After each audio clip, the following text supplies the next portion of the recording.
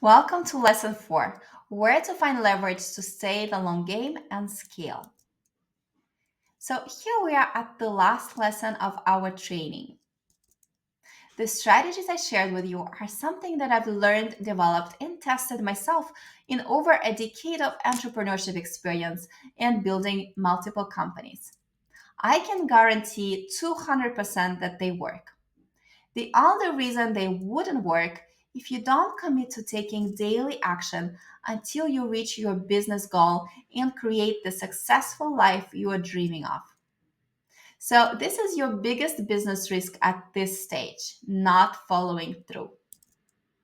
As I always say in my role as a business coach, no strategy is ever bulletproof, and we need to always have a good risk assessment and mitigation plan. Since the biggest risk of not building your side business is you not following through on your commitment, we need to anticipate the different life scenarios that could lead to that risk and decide today how we will mitigate them in case they do happen. This is what I call having a mitigation plan or a plan B. Because when life happens, you'll be too busy putting out fires and will find yourself taking care of the urgent and not investing your time in the important, building your side business. And one of the ways, the strongest ways actually, to keep the commitment is to start with the why. That is the very reason why you decided you needed a side business in the first place. Maybe it was to have an additional income stream. Then what will it give you that is so important to you? Is that to put your kids through college, or to travel the world, or to anticipate healthcare costs for your elderly parents? Think of something that is bigger than yourself. That is where the strongest why lives within yourself. In my online program, Mastering Startup Ideas, we spent a lot of time in the first week discovering that why, the driving force behind starting any business. And I've seen it in action so many times. So think about this first scenario where you become too busy at your main job and skip one day, then another, thus killing the momentum and never coming back to this project of building a side business. So, how will you mitigate this risk? Write in your workbook what is your why behind this project that could get you back on track. Another scenario could be you feeling like you're making no progress, thus feeling demotivated and ready to abandon. What could be a way to mitigate that? Because I do guarantee that there will be many days like this. The first tool is to ask yourself, is that really true? If you looked realistically at your action plan with the 3 to thrive you set for yourself for the quarter, month, and week that are contributing to your overall goal, are you making progress? There are often days and even weeks that feel like we're hardly moving forward, but these are actually these very steps that make the difference and lead us to our next breakthrough. A good way to mitigate this risk, if you don't feel like you can deal with it on your own, is to surround yourself with a formal support group. For example, integrating an accountability group, working with a mentor or coach, or following a specific program for entrepreneurs that guides you step by step and guarantees that you are moving forward, or any other type of formal framework that will allow you to track your progress. Another common scenario is judgment from others that makes us feel, who am I to believe I could actually succeed in this and not wasting my time? There are so many more important things to focus on.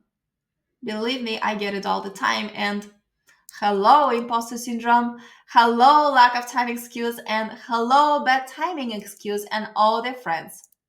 We all know that this is not true, but in the moment, it may not seem this way. Well, let me break this news for you. You will need to stand your ground and protect yourself, your dreams, and your ideas.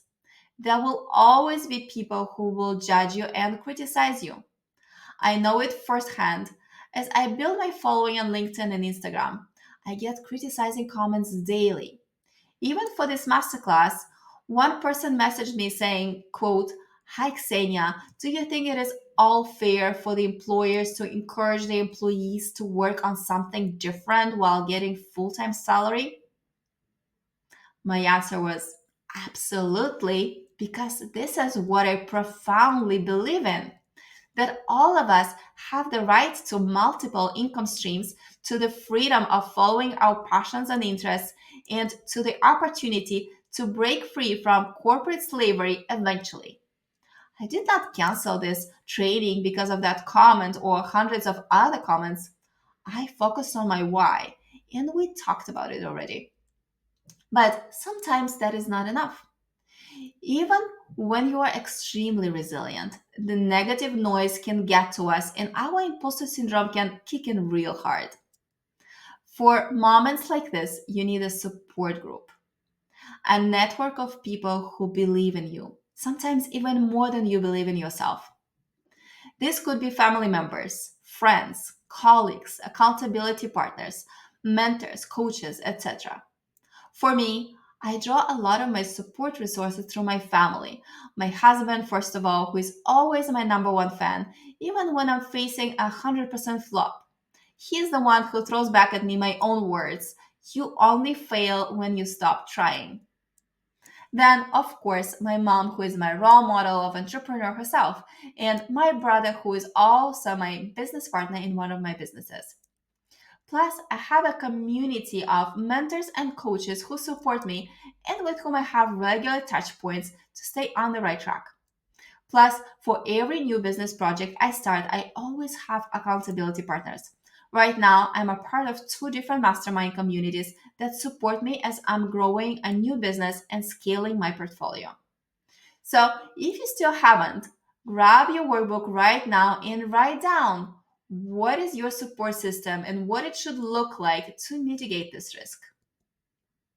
Plus, brainstorm on other risks you might face that could stop you from following through on your project. You know yourself better than anyone else, so you know how to anticipate those. For example, are you a Netflix binger, or a gamer, or addicted to Instagram? Can those addictions become your risks of not following through in taking action in building your new business? Another good idea could be looking at your employment contract and the different legal risks that may be involved. Does your employer allow side hustles?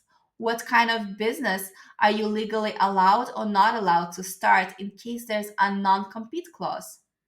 How can you make sure that if your business involves creating new intellectual property, that you stay protected and it will belong to you and not your full-time employer? So read very carefully through all the clauses and evaluate your risks, then create a plan B. So write down your list of potential risks and then next to them, your mitigation plan. Obviously, use your workbook. So here's where we are. Let me recap the journey we just went through.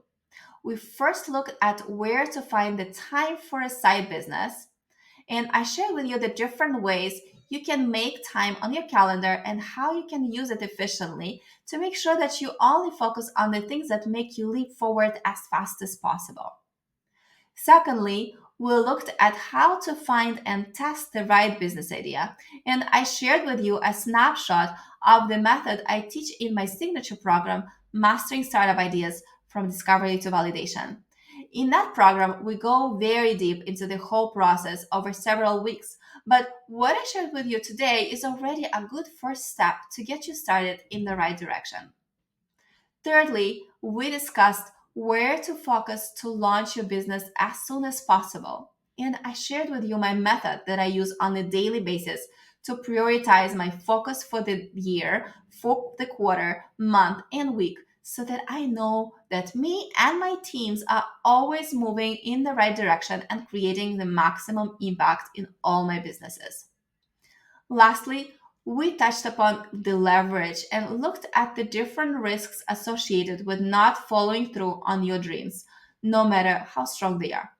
And you hopefully made some decisions on their mitigation to make sure that you commit to starting your own business and scaling it no matter how long it takes. So, something I say to my clients all the time and that I profoundly believe in is this: all the resources that you need are already within you. I've just shared with you my strategies on how to get started in building a side business and also showed you how it is absolutely possible in the evolving job market of the future of work. Committing to daily action, having a solid and achievable action plan in place, and committing to following through on your plan no matter what. Even if you feel like you don't have time for it now and can only dedicate to it a few hours a week, remember the power of compounding. Consistent action is what you need to succeed. Just keep showing up. All the resources that you need are already within you, and you have what it takes.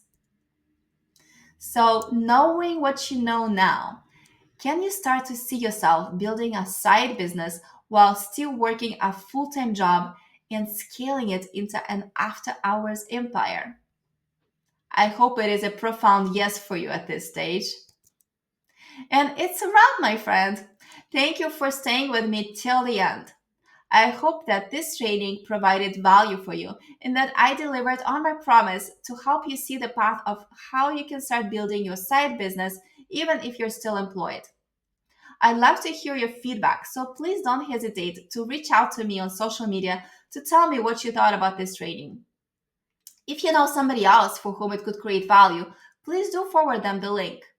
And feel free to check out other resources I have created for aspiring entrepreneurs at my website, xeniavotinova.com. And one last time, remember, all the resources that you need are already within you. You can absolutely do it.